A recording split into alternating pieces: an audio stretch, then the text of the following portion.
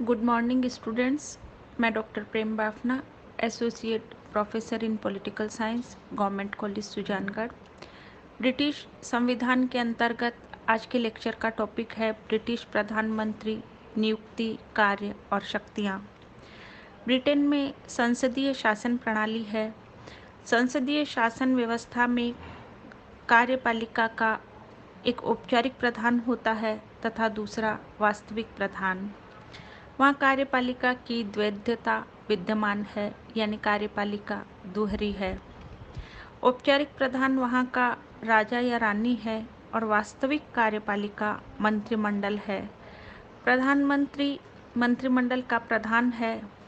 इस प्रकार प्रधानमंत्री की स्थिति सर्वाधिक महत्वपूर्ण है। वह शासन व्यवस्था का केंद्र है। लॉस्की के अनुसार प्रधानमंत्री संपूर्ण तंत्र की धुरी है। अब हम देखते हैं प्रधानमंत्री का पद। प्रधानमंत्री का पद अनौपचारिक तथा विकसित पद है। ब्रिटेन की अन्य संस्थाओं की तरह प्रधानमंत्री का पद भी स्वतः विकसित हुआ है। इसका कोई कानूनी आधार नहीं है। यह पद अनौपचारिक ही है। हेनोवर वंश के सम्राट जॉर्ज प्रथम ने ब्रिटेन की कैबिनेट की बैठकों में सम्मिलित होना बंद कर दिया था। अंग्रेजी भाषा की अनभिज्ञता और ब्रिटिश राजनीति में रुचि नहीं होने के कारण जब उन्होंने कैबिनेट की बैठकों में सम्मिलित होना बंद कर दिया तो कैबिनेट की अध्यक्षता के लिए एक पदाधिकारी की आवश्यकता अनुभव की गई। यह पदाधिकारी कैबिनेट का प्रधान ही हो सकता था और इसी से प्रधानमंत्री पद का उदय हुआ। इस प्रकार 1721 में नियुक्त रॉबर्ट वालपोल को ब्रिटेन का प्रथम प्रधानमंत्री माना जाता है। इस पद का सर्वप्रथम उल्लेख 1878 में हुआ, जब सन 1878 में तत्कालीन प्रधानमंत्री डिज़रायली ने बर्लिन संधि पर हस्ताक्षर किए थे।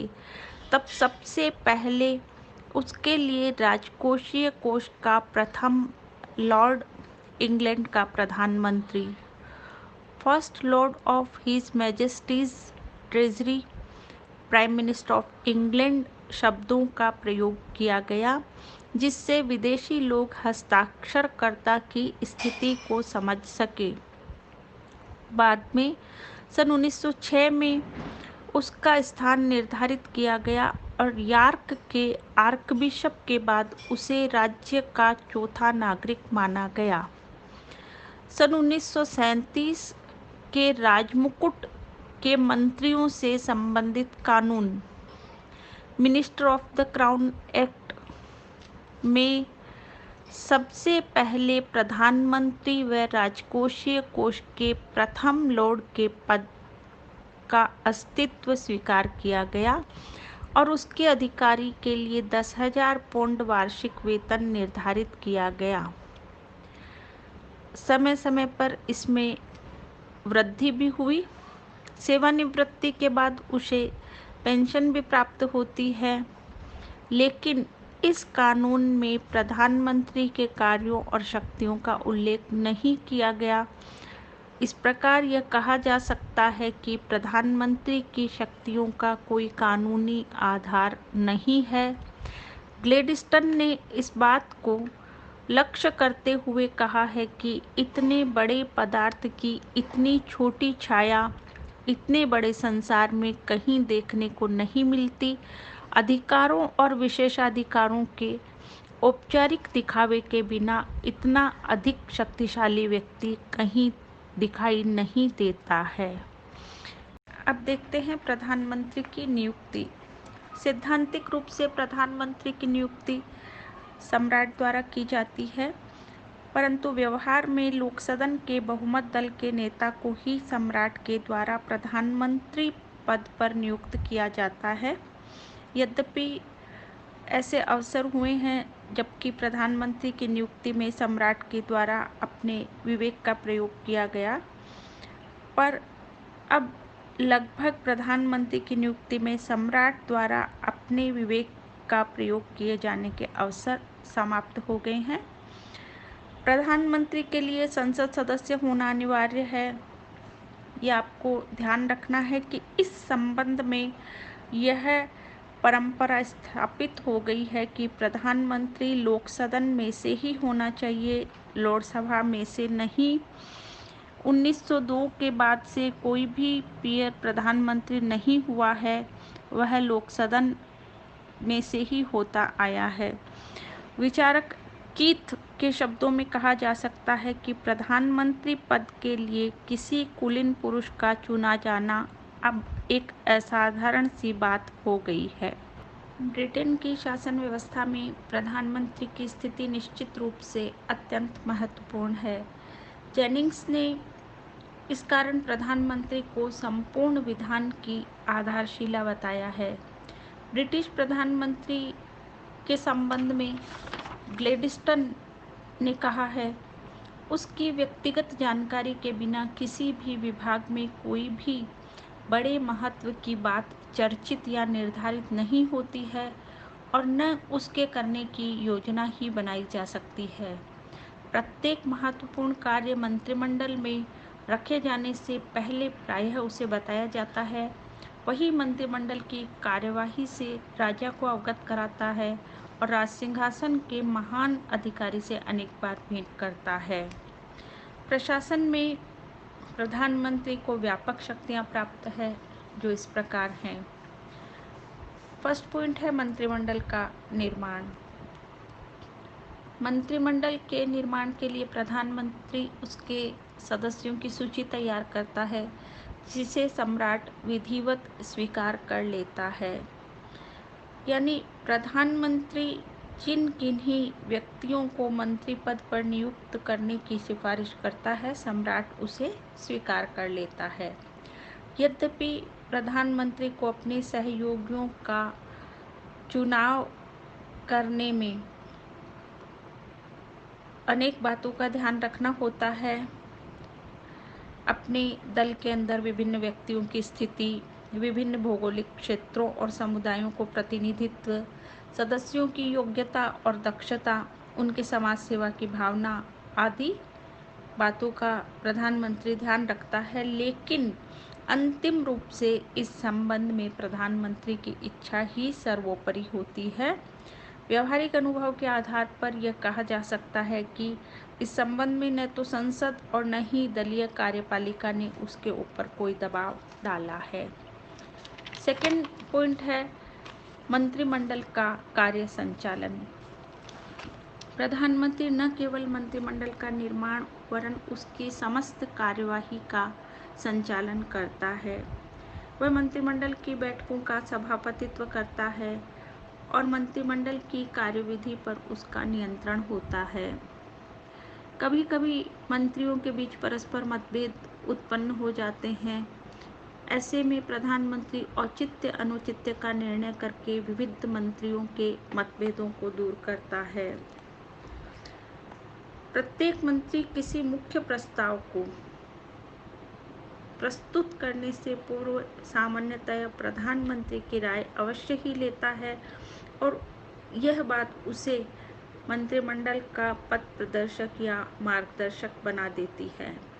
मंत्रिमंडल के निर्माण तथा नीति निर्धारण में प्रधानमंत्री का सर्वोपरि हाथ होता है। नेक्स्ट पॉइंट है मंत्रिमंडल का अंत।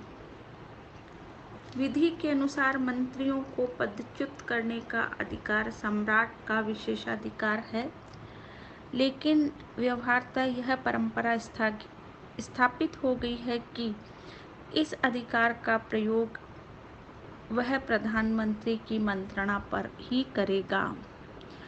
तो इस प्रकार मंत्रियों के मंत्रित्व की समाप्ति तथा मंत्रिमंडल के भंग करने के विषय में प्रधानमंत्री की इच्छा का महत्व पर्याप्त है। यदि प्रधानमंत्री स्वयं त्यागपत्र दे दे तो उसके त्यागपत्र के साथ स्वतः ही पूरी मंत्रिपरिषद भंग हो जाएगी प्रधानमंत्री से अंतिम रूप से असहमत मंत्री को त्यागपत्र देना ही होता है। इस संबंध में प्रधानमंत्री को प्राप्त स्थिति के आधार पर लॉस्की लिखते हैं, प्रधानमंत्री मंत्रिमंडल का केंद्र बिंदु है। वह उसके निर्माण, उसके जीवन और उसके अंत में केंद्रीय स्थिति रखता है।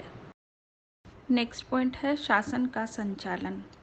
सैद्धांतिक रूप में देश का शासन प्रमुख सम्राट है, परंतु वास्तविक रूप में शासन प्रमुख के सभी अधिकारों का प्रयोग प्रधानमंत्री के द्वारा ही किया जाता है।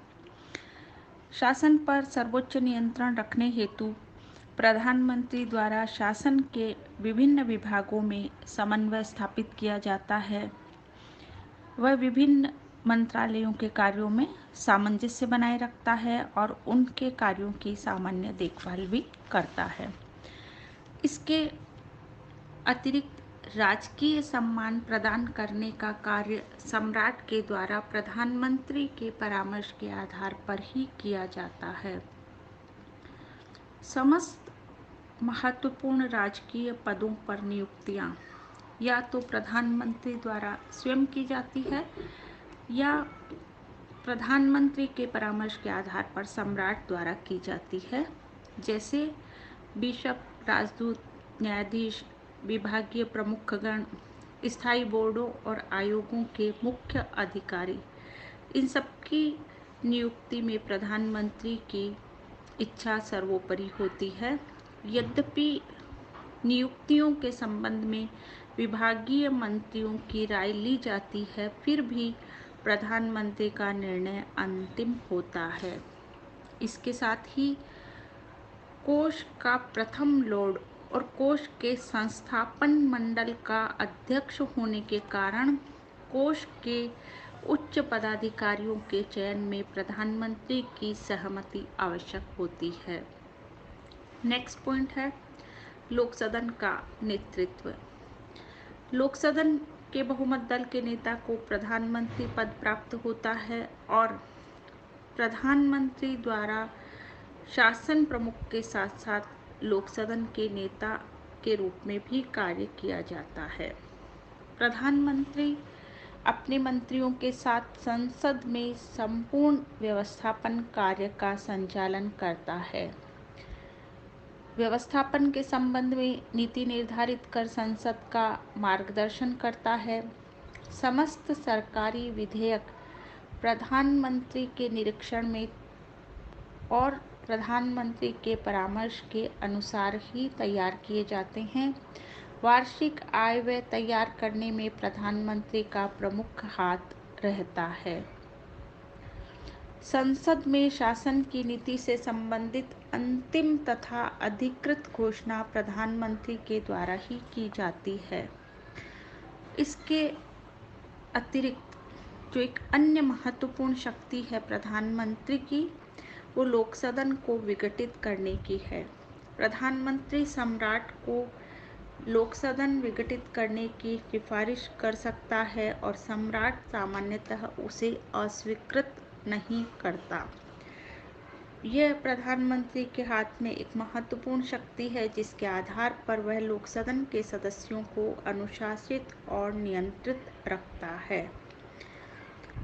तो इस प्रकार प्रधानमंत्री द्वारा लोक सदन का नेतृत्व किए जाने के कारण बजट सहित व्यवस्थापन का अन्य कार्य में उसकी इच्छा पर्याप्त महत्व रखती है।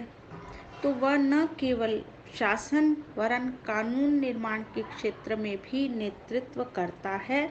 और इसी आधार पर प्रधानमंत्री के संबंध में रेमजे मेयर लिखते हैं, उसको इतनी अधिक शक्तियां प्राप्त है जितनी कि संसार में अन्य किसी संवैधानिक शासक को, यहाँ तक कि संयुक्त राज्य अमेरिका के राष्ट्रपति को भी प्राप्त नहीं है। जब तक लोक सदन में उसके दल का बहुमत रहता है, वह ऐसे कार्य करता है जो कि एक राष्ट्रपति भी नहीं कर सकता। वह विश्वास के साथ पहले ही यह वचन दे सकता है कि अमुक संधि कर ली जाएगी और उसे संपुष्टि प्रदान की जाएगी। कि संसद द्वारा अमुक कानून पास किया जाएगा अथवा अमुक धनराशि को स्वीकृति दे दी जाएगी। तो इस प्रकार प्रधानमंत्री की शक्तियां व्यवस्थापन के क्षेत्र में अत्यंत व्यापक है। सम्राट और मंत्रिमंडल के बीच की कड़ी। प्रधानमंत्री सम्राट का मुख्य परामर्शदाता और मंत्रिमंडल और सम्राट के बीच संपर्क स्थापित करता होता है।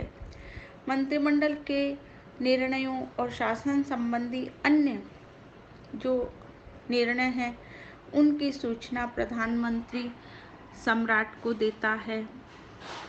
वह देश में चलने वाली विभिन्न राजनीतिक गतिविधियों के संबंध में समय समय पर सम्राट को अवगत कराता है और वे सब कार्य जो राजा द्वारा किए जाते हैं मुख्य रूप से प्रधानमंत्री ही उनके संबंध में सम्राट को परामर्श देता है। तो इस प्रकार मंत्रिमंडल के निर्णयों से सम्राट को अवगत कराता है और सम्राट की जो राय है, सम्राट की जो इच्छा है, सम्राट द्वारा दिया गया जो परामर्श है वह मंत्रिमंडल तक पहुंचाता है। नेक्स्ट पॉइंट है परराष्ट्र संबंधों का संचालन। प्रधानमंत्री का एक महत्वपूर्ण अधिकार और कार्य परराष्ट्र संबंधों का संचालन है। परराष्ट्र मंत्रालय चाहे प्रधानमंत्री के पास हो या ना हो, परराष्ट्र संबंध के सुचारू संचालन का अंतिम दायित्व प्रधानमंत्री का ही समझा जाता है। इसके अतिरिक्त अंतर्राष्ट्रीय सम्मेलनों में ब्रिटेन का प्रतिनिधित्व करता है। विभिन्न अंतर्राष्ट्रीय उत्सव, अंतर्राष्ट्रीय महत्व के सभी कार्यक्रमों में प्रधानमंत्री पूरे देश के प्रतीक के रूप में कार्य करता है, यानी वह संपूर्ण देश का प्रतिनिधित्व करता है। और जो लास्ट पॉइंट है, प्रधानमंत्री राष्ट्र का नायक। एक तथ्य जो प्रधानमंत्री को ब्रिटिश राजनीति में सर्वाधिक महत्वपूर्ण बना देता है वह यह है कि वर्तमान समय में सामान्य निर्वाचन प्रधानमंत्री का ही निर्वाचन होता है। राजनीतिक दलों के द्वारा अपनी नीतियों के आधार पर नहीं वरन अपने नेता के व्यक्तित्व के आधार पर चुनाव लड़े जाते हैं। जेनिंग्स ने इस संबंध में कहा है, सामान्य निर्वाचन प्रधानमंत्री का ही निर्वाचन है। बुलबुल मतदाता जो चुनाव परिणाम निश्चित करते हैं वे न तो किसी दल का समर्थन करते हैं और न किसी नीति का ही, वरन वे एक नेता का समर्थन करते हैं। इस प्रकार प्रधानमंत्री के कार्य और शक्तियों को देखने के पश्चात ये कहा जा सकता है कि प्रधानमंत्री मंत्रिमंडल का निर्माता, मंत्रिमंडल का प्रधान, संसद का नेता, सामान्य नीति से संबंधित विषयों पर सम्राट के विचार विनिमय करने का माध्यम, देश में दल का सर्वमान्य नेता और सर्वोच्च राजनीतिक शक्ति का मूर्तमान स्वरूप होता है।